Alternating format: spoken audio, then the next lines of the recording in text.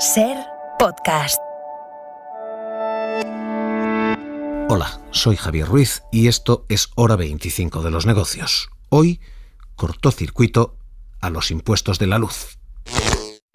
El gobierno desenchufa el IVA de la luz del 21 al 10%. Va a bajar ese impuesto, decía hoy María Jesús Montero. De hecho, con el Real Decreto que hoy aprobamos, los hogares españoles van a pagar ya aproximadamente un 10% menos de la factura de la luz, es decir, vamos a adoptar medidas extraordinarias para atajar este problema. El Ejecutivo reduce el IVA de la luz del 21 al 10%, con dos letras pequeñas. La primera, para todos los hogares que tengan potencias contratadas por debajo de los 10 kilovatios. Eso es prácticamente la totalidad de los hogares, el 84% de ellos. Y la segunda, durante 6 meses o mientras el precio de la luz esté por encima de los 45. Créanos, esta rebaja está aquí para durar esos 6 meses, porque el precio de la luz está ahora en 89 euros. Así que hoy el Ejecutivo anuncia, se rebaja el IVA, se quita la parte que grava la factura de la luz para aliviar a los consumidores, decía. El decreto ley que hoy aprueba el Gobierno contempla, como ya hemos anunciado previamente, una rebaja del 21 al tipo reducido del 10% del IVA aplicable a la electricidad para todos los consumidores con una potencia eléctrica contratada de hasta 10 kilovatios. Tienen que tener en cuenta que la potencia media contratada por los consumidores domésticos es de en torno a 4,1 kilovatios, por lo tanto son la práctica totalidad de los hogares españoles las que se verán beneficiados por esta medida y también verán incrementada su renta disponible. Eladio Meizoso, ¿qué tal? Muy buenas noches. Hola, buenas noches. El Ejecutivo justifica la medida como un alivio temporal, pero temporal significa que como mínimo está aquí, esta rebaja del IVA para quedarse hasta que acabe este año. Pues sí, está previsto que la norma entre en vigor ya este próximo sábado, tras su publicación mañana en el BOE, y desde ese mismo sábado, nos explica el Ministerio de Transición, los nuevos recibos de la luz aplicarán ya un IVA del 10% a los usuarios con menos de esos 10 kilovatios de potencia que decíais. Esto, si el BOE lo recoge de este modo, significa que buena parte de los consumidores verán aliviado su recibo en lo que les quede por pagar ya de este mes de junio, porque el precio medio del kilovatio hora en el mercado mayorista ha estado muy por encima de esos 4,5 céntimos, que es el mínimo en media mensual, a partir del cual se rebaja el IVA al 10%. La previsión, como decías, es que la luz no baje de ese tope en todo el próximo semestre, pero podría ocurrir, aunque no se espere. En cualquier caso, para las 600.000 familias vulnerables severas o en riesgo de exclusión acogidas al bono social eléctrico, se aplicará un IVA del 10% hasta final de año. Hacienda calcula un ahorro total de 857 millones de euros para los consumidores domésticos por esta vía en lo que queda de este 2020. Esto es, Eladio, IVA. Además, hoy el Gobierno rebaja el impuesto de generación eléctrica, el impuesto de la electricidad, que es otro 7% que las eléctricas deberán dejar de pagar y deberían trasladar a la factura, aliviar todavía más esa factura para el consumidor, ¿no? Sí, así es, y por esta vía se espera una rebaja adicional para los usuarios domésticos, de forma que ahorren un total del 12% durante 3 meses, porque esa rebaja del 7%, esa suspensión del impuesto a la generación eléctrica del 7% tendrá vigor solamente durante 3 meses. Se espera que también las empresas por esta vía puedan ahorrar entre un 3%, algunas pymes a un 6%, las empresas de mayor tamaño, y se calcula que sea en total 400 millones de euros para el conjunto del sistema empresarial español de ahorro por esta otra vía. Ahora mismo, esta, gracias Eladio, es la doble decisión del Ejecutivo.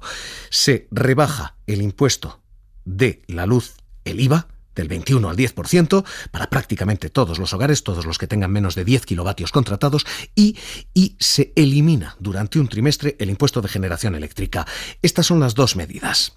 Y estas son las dos medidas teóricamente para proteger al consumidor.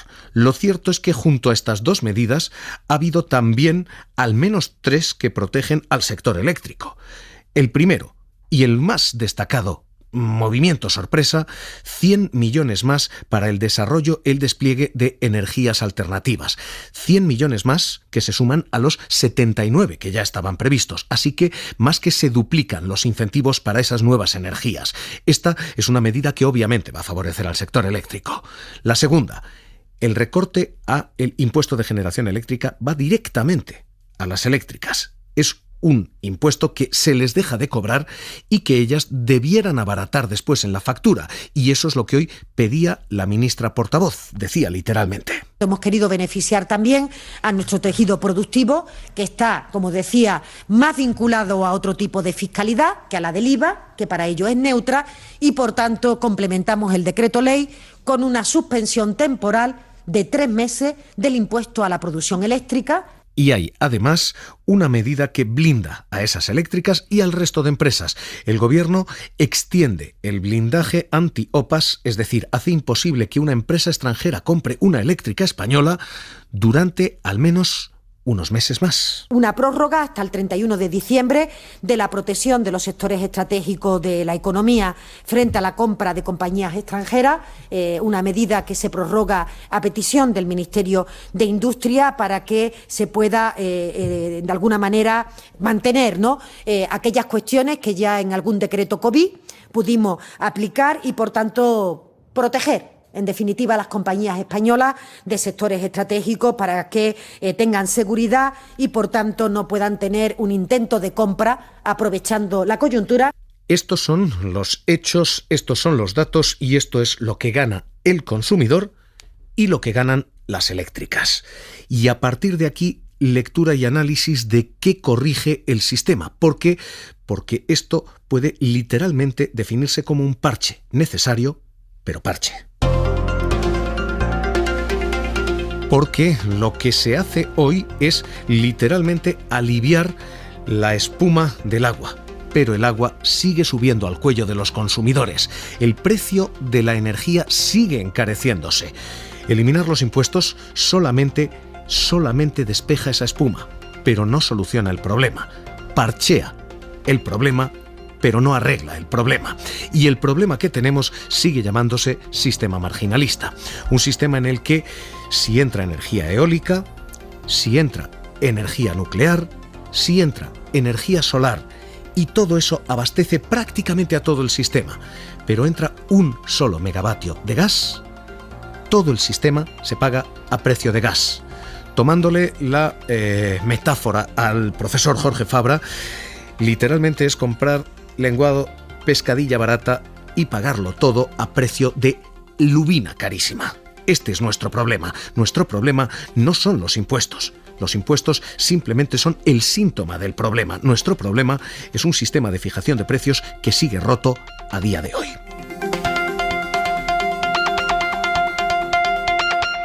Y este parche tiene ahora un impacto que puede ser contraproducente, porque el parche tiene recorrido de ida y vuelta.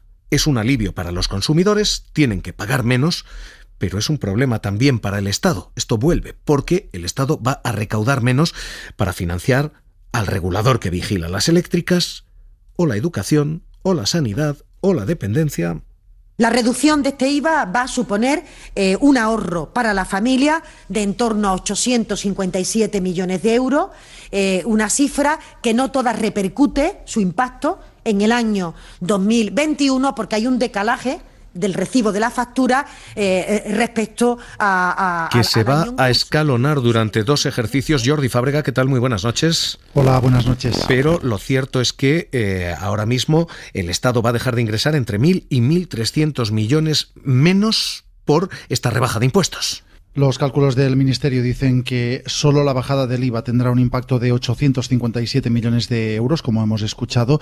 Es un dinero que no pagarán los consumidores, pero dicho de otra manera, son 857 millones de euros que no entrarán en las arcas del Estado.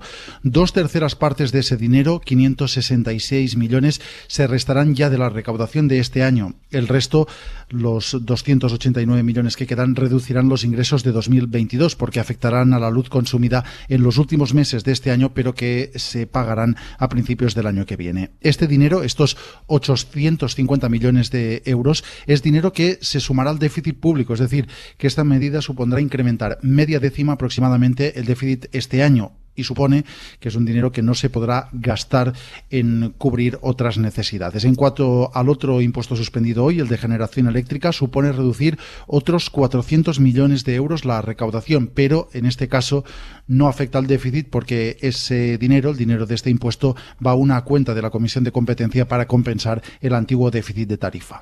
Martín Gallego, exsecretario general de Energía, experto en energía. ¿Qué tal? Muy buenas noches. Buenas noches. ¿Solucionado el problema o seguimos teniendo un problema? Bueno, yo me parece que un problema de alto precio de la electricidad acabe en una reducción de impuestos, me parece un disparate. Antes lo han llamado parche, me vale también, pero yo creo que es peor que parche. Yo creo que refleja que en el fondo le ha cogido el toro al Ministerio de Transición Ecológica y han tenido que salir al quite pues los ministerios de Economía y Hacienda para tratar de dar una salida a la situación que tenía que haber tenido salida en el ámbito del Ministerio de Transición Ecológica, abordando el problema de fondo. ¿Cómo se hace eso? ¿Qué hay que cambiar para cambiar este sistema de fijación de precios?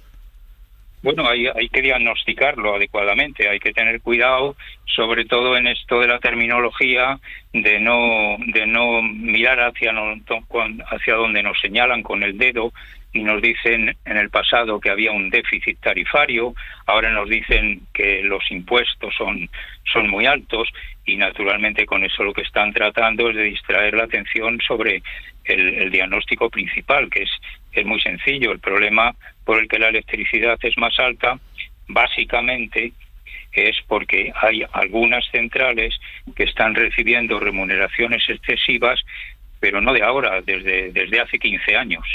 Y ese es el problema que hay que abordar para resolver el problema de fondo. Lo que estamos contando es literalmente esto, ¿no? Hay, eólica que abastece, hay hidráulica que abastece, hay solar que abastece, hay nuclear que abastece, pero con que entre un poquito de gas, todo el sistema de precios se va a pagar como si todo esto fuera gas. Ese sistema es el llamado sistema marginalista y el Ejecutivo lo que dice es que la Unión Europea dicta este sistema. Hoy, de hecho, Teresa Rivera decía literalmente se han tomado medidas para corregirlo, pero... En poco más de 3 años hemos adoptado más de 50 medidas estratégicas, normativas y de planificación. De hecho, hemos logrado reducir el peso de la parte energética más cara en nuestro sistema eléctrico. La electricidad generada con combustibles fósiles representaba poco más del 25% en el año 2018 y ha caído hasta una cifra entre el 10 y el 12% en el año 2021, que diré, ha sido una decisión afortunada. ¿Cómo se cambia este sistema marginalista? ¿Qué ha de corregirse en ese sistema? Bueno, la teoría del mercado marginalista, digamos, es correcta. Lo que sucede es que, ese mercado fue diseñado hace 24 años, cuando la mayoría de las centrales eran de carbón y de gas. Se les hizo una auditoría, se les pagó 8.700 millones de euros por una cosa que se llamó, y aquí de nuevo aparece la terminología, costes de transición a la competencia. Se pensó que al aparecer la competencia, las empresas eléctricas iban a tener unos costes. Luego, en realidad, lo que tuvieron fueron unos beneficios, porque se estimó en ese momento que el precio del megavatio hora sería de 36 euros, y luego pues pasó a cifras mucho más altas y ya recientemente culmina en más de 90 euros ahora. O sea que no hubo unos costes de transición a la competencia, sino en realidad unos beneficios de transición, pero no a una competencia que no llegó, sino a un estadio pues bastante favorable para las empresas, que pudieron recuperar toda la inversión que habían hecho en todas las centrales que existían en ese momento, cuando se liberalizó, o más bien se desreguló el sistema en el año 97, en el gobierno de Aznar. Se les pagó muy generosamente los costes de transición a la competencia, se les pagó probablemente de más, y porque la última liquidación, por ejemplo, está sin hacer. Pero sobre todo es que se le siguió pagando a las hidráulicas y a las nucleares, que vienen a suponer cerca del 40% de la producción total, se les siguió pagando al precio marginal, cuando ya habían recuperado la inversión por completo con esos costes de transición a la competencia. Y cuando se saca a la Unión Europea como excusa o parece pretexto para no tomar determinadas medidas, pues bueno, se olvida que las cosas no funcionan así en la Unión Europea. Es que era disparatado pensar que Francia, que tenía entre hidráulica y nuclear más del 90% de la producción, ¿cómo iba a pagar a toda la hidráulica y a toda la nuclear, al 90% de la producción, le iba a pagar un precio marginal que se determinaría en muy poquitas centrales de gas? Es un poco la situación a la que ha llegado España ahora, que hay muy pocas centrales de gas, no llegan al 15% y cada vez seguirán teniendo una participación menor, y eso, sin embargo, se toma como referencia para pagar a todas. Uh-huh. O sea que cuando Francia ha necesitado hacer esa adaptación a la circunstancia específica de su mercado con nucleares, pues por supuesto lo ha hecho, y la Unión Europea lo ha entendido y la Unión Europea lo ha aprobado. Pues Martín Gallego, exsecretario general de Energía, le agradecemos que nos haya acompañado hoy aquí en Hora 25 de los Negocios. Un abrazo. Gracias a usted. Hoy esta es la situación. Esto es lo que se ha tocado, lo que se ha parcheado, y esto lo que queda pendiente de todavía solución. ¿Cómo se fijan los precios en nuestro sistema? Está bien achicar la espuma del agua, pero la marea sigue subiendo y sigue al cuello de los consumidores. Por cierto, no solamente en el tema de la luz. ¿Por qué? Porque, Eladio, el tema de los carburantes está cogiendo también velocidad, el precio del petróleo está subiendo con la recuperación, hasta el punto de que la OPEP plantea aumentar cuotas para rebajar el precio a partir de la semana que viene, pero de momento lo que tenemos en carburante, lo que tenemos en surtidor, son precios de nuevo históricamente altos. Sí, la gasolina de 95 está hoy de media a 1,38 €, el gasóleo a 1,24, según los datos actualizados que publica el Ministerio de Transición. Para el gasóleo es el precio más alto en media desde abril de 2019. Para la gasolina hay que remontarse nada menos que a 2014 para encontrar ese precio. Unos precios que están mucho más altos que el año pasado, en que se desplomaron por la pandemia, pero si comparamos con junio de 2019, llenar un depósito de 50 litros cuesta ahora de media 4 € más que hace 2 años si es de gasolina, y 2,5 € más si es de gasóleo. El petróleo cuesta ahora 4 céntimos litro más que entonces, el gasóleo 5 más de media y la gasolina 8. Hoy esta es la situación en general. Ahora la cuestión es si hay que solucionar también el problema de fijación de precios en el crudo o si los impuestos a los carburantes son los siguientes, si seguimos allanando y achatando la base fiscal del Estado. Por cierto, en un sector, el eléctrico, que desde ayer tiene protagonista a Ignacio Galán, el presidente de Iberdrola, imputado por pagar a Villarejo para espiar a empresarios rivales. Manuel Pizarro, Florentino Pérez, entre otros. Eso es lo que dice la Audiencia Nacional. Hoy ha contestado Sánchez Galán, diciendo: bienvenida a la imputación. No puedo decir que es una situación agradable, no lo es, pero sí tengo que decir una cosa, es que llevamos 3 años enterando de las noticias por los medios de comunicación. No hemos tenido acceso a la información, nos hemos intentado personar sin éxito. Yo estoy encantado de que podamos ir a contar todos y cada uno de nosotros nuestra versión, porque la versión que tenemos ahora mismo pues son la que sabemos por los medios de comunicación, y que nos lo cuenten a ver. O sea que encantado de poder ir a contar lo que no nos han dejado contar hasta ahora.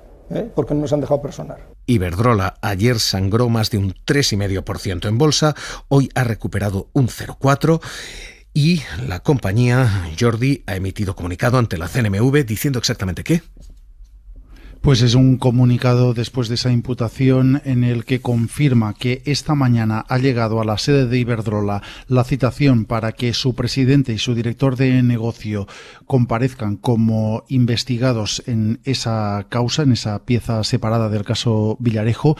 Dice el comunicado que Iberdrola colaborará con la justicia, y luego en esa página y media de texto repasa las investigaciones internas que ha hecho la compañía en estos meses y recuerda 2 aspectos. efectos. El apoyo del Consejo de Administración a la gestión de los afectados, y dice también que la investigación interna no ha detectado irregularidades y que por eso no se han tomado medidas contra los investigados.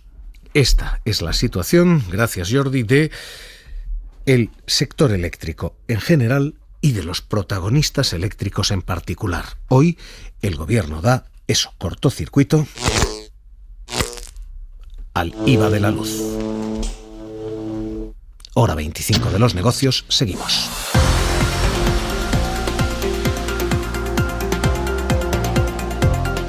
Suscríbete a Hora 25 de los negocios. Todos los episodios y contenidos adicionales en la app de Cadena SER y en nuestros canales de Apple Podcast, Spotify, iVoox, Google Podcast y YouTube. Escúchanos en directo en la SER de lunes a viernes a las 9:30 de la noche.